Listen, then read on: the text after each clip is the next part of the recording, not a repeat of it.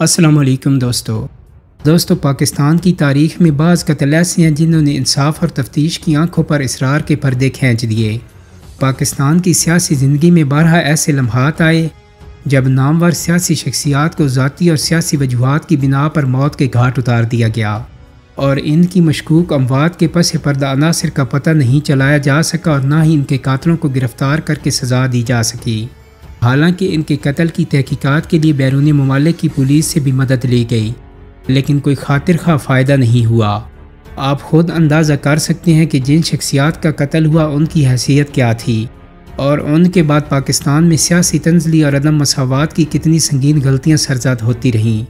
آج کی ویڈیو میں ہم ان میں سے چند ایک کا ذکر یہاں کریں گے۔ نوابزادہ لیاقت علی خان۔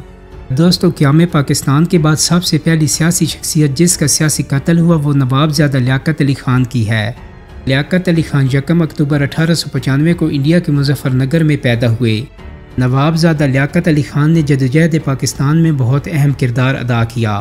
وہ پاکستان کے پہلے وزیر اعظم ہونے کے ساتھ ساتھ پہلے پاکستانی وزیر خارجہ، وزیر دفاع اور کامن ویلتھ اور کشمیر افیئرز کے وزیر بھی تھے۔ وہ علی گڑھ اور آکسفورڈ جیسے اداروں سے فارغ التحصیل تھے۔ 16 اکتوبر 1991 کو مسلم لیگ کے کمپنی باغ راولپنڈی میں ہونے والے ایک جلسے میں ان کو گولیاں مار کر قتل کر دیا گیا، اور قتل کے وقت ان کی عمر 56 سال تھی۔ قاتل کا نام سید اکبر ببرک تھا۔ وہ ایک افغانی تھا جس کا تعلق پشتون قبیلے زردان سے تھا۔ پولیس نے قاتل کو موقع پر ہی ہلاک کر دیا۔ نوابزادہ لیاقت علی خان کو فوری طور پر ہسپتال منتقل کیا گیا، لیکن وہ زخموں کی تاب نہ لاتے ہوئے انتقال کر گئے۔ ان کے قتل کے پیچھے جو محرکات تھے ان کا آج تک صحیح پتہ نہیں لگایا جا سکا۔ لوگوں نے صرف اندازے ہی لگائے۔ کچھ کے مطابق نوابزادہ لیاقت علی خان کے قتل میں افغانی اور امریکی حکومتیں ملوث تھیں، لیکن اس دعوے کے کوئی ٹھوس شواہد نہیں مل سکے۔ لیاقت علی خان کی شہادت کے بعد ان کو شہید ملت کا لقب دیا گیا اور کمپنی باغ راولپنڈی کا نام لیاقت باغ رکھ دیا گیا۔ نوابزادہ لیاقت علی خان کو مزار قائد کے احاطے میں دفن کیا گیا جو کراچی میں ہے۔ محترمہ فاطمہ جناح۔ دوستو، محترمہ فاطمہ جناح بانی پاکستان قائد اعظم محمد علی جناح کی لاڈلی چھوٹی ہمشیرہ تھیں۔ وہ 31 جولائی 1893 کو کراچی میں پیدا ہوئیں۔ انہوں نے جدوجہد قیام پاکستان میں ہر قدم پر اپنے بڑے بھائی محمد علی جناح کا بھرپور ساتھ دیا۔ وہ ایک پڑھی لکھی باوقار شخصیت کی مالک تھیں اور پیشے کے لحاظ سے ڈینٹل سرجن تھیں۔ اپنے بھائی کی وفات کے بعد انہوں نے آل انڈیا مسلم لیگ کی باغ ڈور سنبھالی۔ ان کی خدمات کے اعتراف میں ان کو مادر ملت اور خاتون پاکستان جیسے القابات سے نوازا گیا۔ انہوں نے 1965 کے صدارتی انتخابات میں بھی حصہ لیا، لیکن کچھ وجوہات کی بنا پر کامیابی حاصل نہ کر سکیں، اور بالآخر 9 جولائی 1967 کو وہ خالق حقیقی سے جا ملی۔ دوستو، محترمہ فاطمہ جناح کی اچانک وفات سے بہت سے شکوک و شبہات نے جنم لیا۔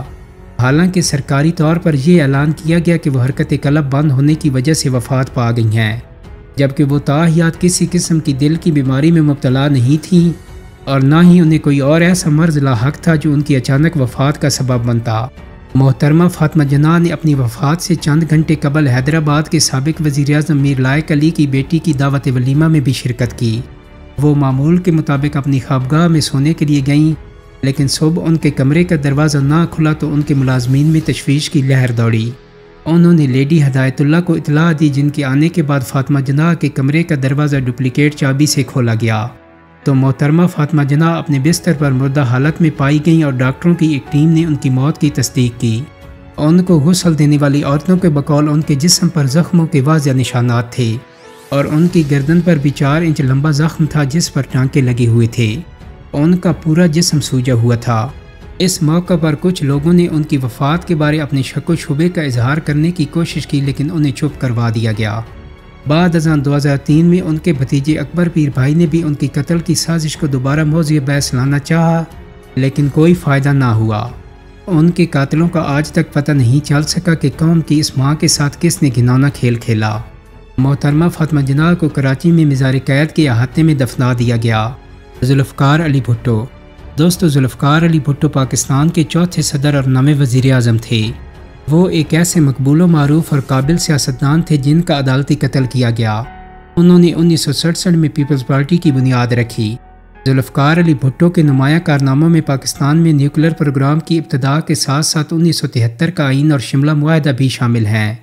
1977 میں chief of army staff general Zia الحق نے اس وقت کے ایک سیاستدان احمد رضا قصوری کے والد کے قتل کو بنیاد بنا کر اس وقت کے آئینی وزیر اعظم میں پاکستان ذوالفقار علی بھٹو کو وزارت عظمیٰ سے ہٹا دیا تھا اور بعد ازاں ان پر اسی قتل کا جھوٹا مقدمہ چلایا گیا۔ جنرل ضیاء الحق نے اس وقت کے عدالتی نظام کو اپنے ماتحت کر کے ذوالفقار علی بھٹو کے خلاف من مرضی کا عدالتی فیصلہ کروایا، حالانکہ عدالت میں ان کے خلاف کوئی ٹھوس شواہد اور گواہان پیش نہیں کیے جا سکے۔ تمام اپیلوں کو مسترد کرتے ہوئے جھوٹے گواہوں اور ثبوتوں کی بنیاد پر لاہور ہائی کورٹ نے ذوالفقار علی بھٹو کو پھانسی کی سزا سنا دی۔ ان کی پھانسی کے خلاف ان کے بچوں بے نظیر بھٹو، مرتضیٰ بھٹو اور شاہ نواز بھٹو نے بین الاقوامی طور پر تحریک چلائی، لیکن اس کا کوئی خاطر خواہ فائدہ نہیں ہوا۔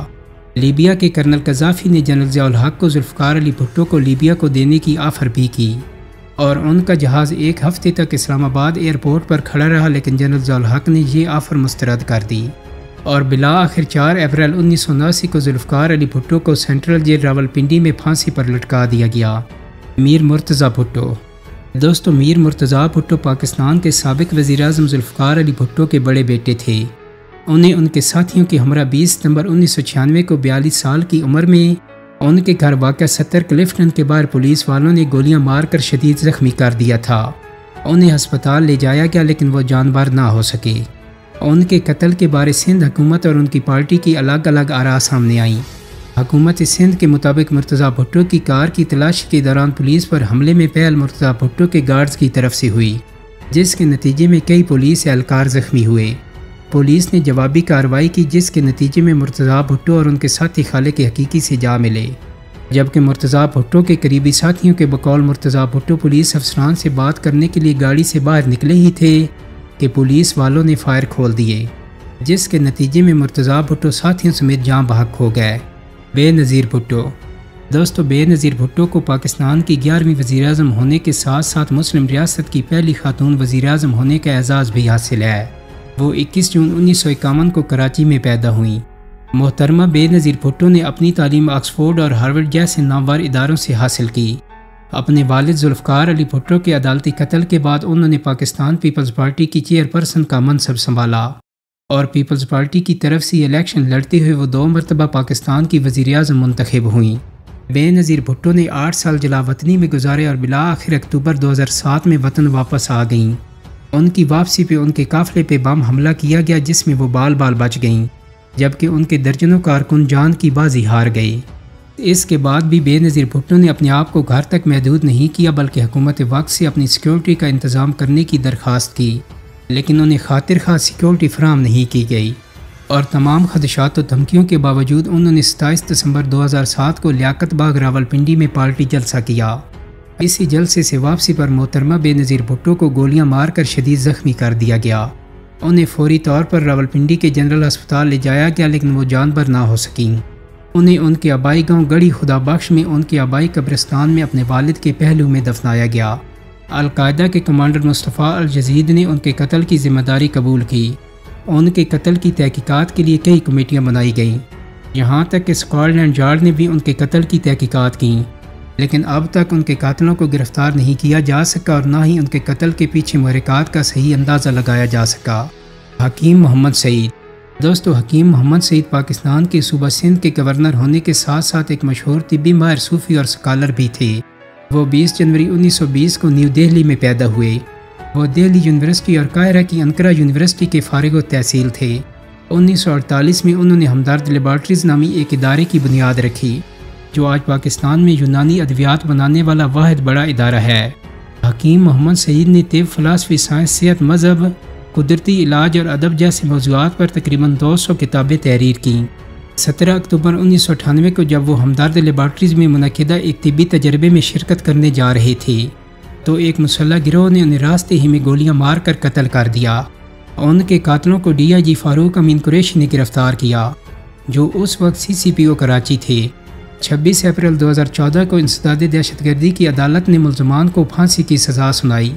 ملزمان کی جانب سے اپیل دائر کی گئی، جس پر سندھ حکومت نے حکیم محمد سعید کے قتل میں ملوث تمام ملزمان کو بری کر دیا، جن کی تعداد 9 تھی اور ان کا تعلق پاکستان کی سیاسی جماعت متحدہ قومی موومنٹ سے بتایا جاتا ہے۔ بعد ازاں سپریم کورٹ نے بھی ملزمان کی بریت کے سندھ ہائی کورٹ کے اس فیصلے کو برقرار رکھا۔ دوستو امید کرتا ہوں کہ میری آج کی ویڈیو آپ کو پسند آئی ہوگی۔ اگر ویڈیو اچھی لگی ہے تو اس کو لائک اور شیئر کر دیں۔ میرے چینل کو سبسکرائب کرنے کے ساتھ ساتھ بیل آئیکن کو بھی کلک کر دیں تاکہ آپ کو میری آنے والی مزید ویڈیوز کے نوٹیفیکیشن ملتے رہیں۔ بہت جلدی ایک نئی ویڈیو کے ساتھ ملاقات ہوگی۔ اپنا بہت سارا خیال رکھیے گا۔ اللہ حافظ۔